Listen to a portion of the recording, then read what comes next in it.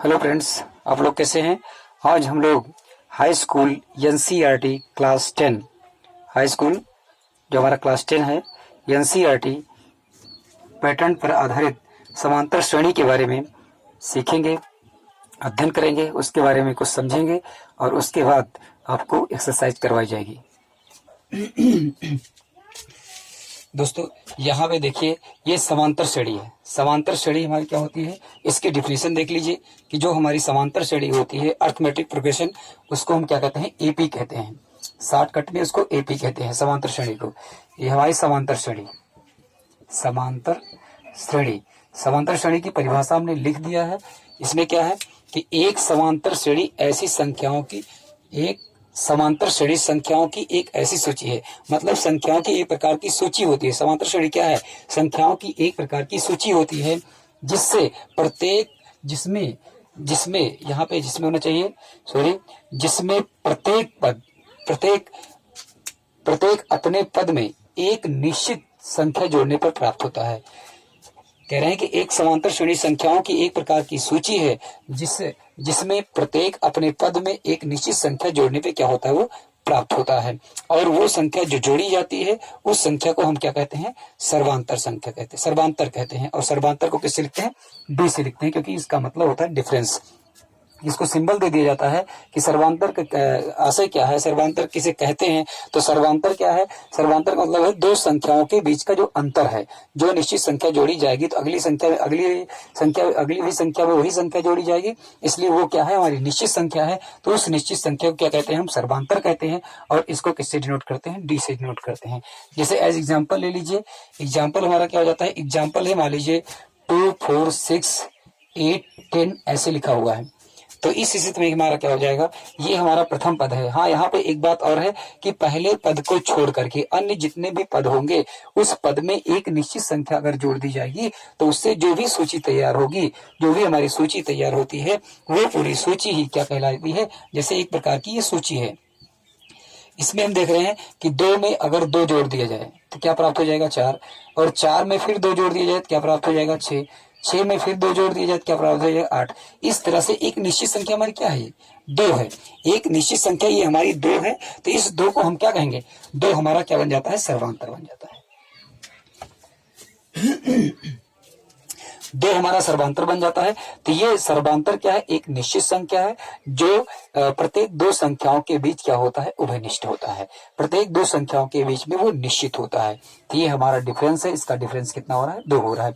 इसके आधार पर हम क्या कहेंगे कि एक ऐसी सूची, वो भी संख्याओं की एक ऐसी सूची जिसके प्रत्येक पद में कोई निश्चित संख्या जोड़ने पर प्राप्त होती है, वो हमारी सूची क्या कहलाएगी, समांतर श्रेणी कहलाएगी।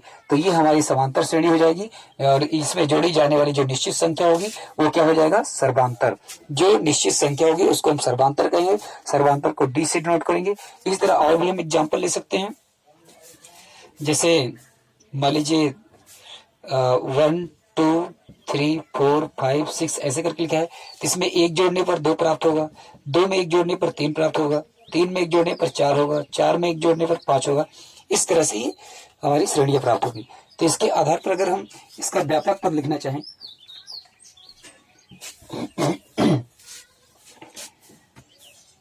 इसके आधार पर हम ये लिखना चाहे, कोई जनरल टर्म लिखना चाहे कि मान लीजिए प्रथम पद क्या है, ए है, और सर्वांतर हमारा क्या होता है, डी है। तो पहला पद तो ये हो जाएगा, दूसरा पद ए प्लस क्या हो जाएगा, डी हो जाएगा। तीसरा पद है ए प्लस कितना हो जाएगा, 2d हो जाएगा। उसके आगे वाला पद है ए प्लस कितना हो जाएगा, 3d हो जाएगा। जैसे यहाँ पे था 2 4 6 8, तो यहाँ क्या किया गया, 2 जोड़ दिया गया, तो क्या मिल गया, ये 4 मिल गया। अब 4 के पास अगर हमको 6 लेना है तो इस 2 में कितना जोड़ना पड़ेगा, 2 में 2 इंटू 2 जोड़ना पड़ेगा, क्योंकि 2 इंटू डी। तो डी हमारा क्या है, 2, तो डी कर देंगे तो ये मिल जाएगा। फिर 2 प्लस 2 3 इंटू डी, 3 के साथ, ये देखो 3 के साथ। तो इस तरह से क्या होगा कि हमारा ये जनरल टर्म के लिए ये हमारा ए हो जाएगा, ए प्लस डी हो जाएगा, ए प्लस 2d हो जाएगा, ए प्लस 3d हो जाएगा, ए प्लस 4d हो जाएगा। इस तरह से हमारा ये व्यापक पद बन रहा है। तो व्यापक पद का हमका यनवा सूत्र अगर लिखना होगा तो समांतर श्रेणी का एपी का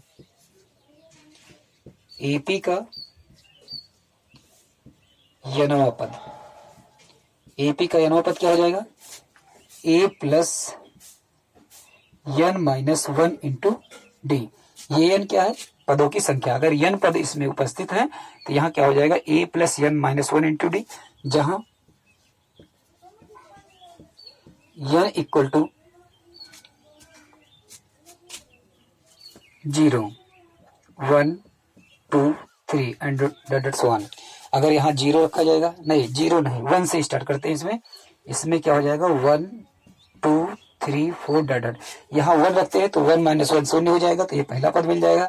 2 हो जाएगा, 2 माइनस 1 1 हो जाएगा, a प्लस डी हो जाएगा। 3 रखेंगे तो ये मिल जाएगा, 4 रखेंगे तो ये मिल जाएगा, 5 रखेंगे तो ये मिल जाएगा। इस तरह से हमारे पद मिलते जाएंगे। तो ये एपी का यनवा टर्म है, एपी का यनवा पद है। और सर्वांतर के लिए भी हमारा सूत्र हो जाता है,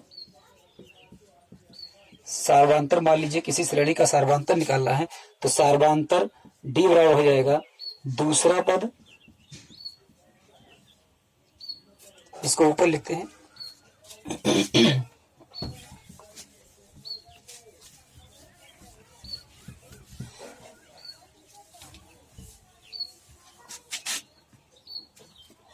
सार्वंतर। सार्वंतर D equal to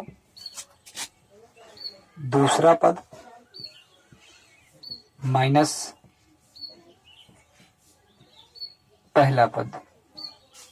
apply that, इसको सिंबल के रूप में दे देते हैं, d equal to T2 minus T1, मतलब दूसरा माइनस पहला। इसी के आधार पर हम चेक भी करेंगे, कोई सूची दी गई है तो उसके आधार पर हम सर्वांतर निकाल करके, दो पदों के बीच का अंतर निकाल करके, कोई दो पद चाहे बीच के हो या किनारे के हो, कहीं करके हो, तो वहां दो पदों के बीच में जब अंतर निकालेंगे तो वो अगर समान होते हैं तो उस स्थिति में कहा जाएगा जो दी गई सूची है वो हमारी क्या हो जाएगी? समांतर श्रेणी हो जाएगी। जैसे देख लीजिए, जैसे लिखा 3, 6, 9, 12, 15 ऐसे करके लिखा है। तो ये आपका क्या है? T1 है, ये आपका T2 है, ये आपका T3 है, T4 है, ये T5 है, ऐसे डॉट डॉट लिखे हुए हैं। अगर इसका हमारा सर्वांतर दो पदों के बीच सर्वांतर अगर समान होगा तो उस स्थिति में कहेंगे दी गई ये सूची, दी गई ये श्रेणी हमारी क्या है? समांतर श्रेणी है। तो यहाँ हम देखते हैं T2 माइनस T1, 6 माइनस 3 करेंगे कितना आएगा? 3। T3 माइनस T2, 9 माइनस 6 करेंगे कितना आएगा? 3। T4 माइनस T3, दो पद, कोई भी दो पद लिया जाए, ये दोनों पद, लेकिन वो क्रमागत पद हो, एक दूसरे के, एक के बाद दूसरा वाला पद हो, 3 के बाद 4 वाला पद हो, 4 के बाद 5 वाला पद हो, 1 के बाद 2 वाला पद हो, 2 के बाद 3 वाला पद हो। तो इस तरह से अगर कोई भी पद हमारे मिलते हैं तो उन पदों के बीच में जो अंतर होगा अगर वो सेम है तब उस स्थिति में हम कहेंगे कि उनका डिफरेंस सेम है। अगर डिफरेंस सेम है तो कहेंगे सर्वांतर समान है, इसका मतलब दी गई जो श्रेणी है वो समांतर श्रेणी है। तो यहाँ पर हम क्या देख रहे हैं? यहाँ पर हम देख रहे हैं T2 माइनस T1 3 आ रहा है, यहाँ देख रहे हैं T3 माइनस T2 3 आ रहा है। इस स्थिति में D का मान क्या है? सेम है, हर जगह D का मान सेम मिल रहा है। इसका मतलब ये जो दी गई श्रेणी है या दी गई जो सूची है ये क्या है? आपकी AP है। इस आधार पर हम कहेंगे कि ये AP को डिनोट कर रही है।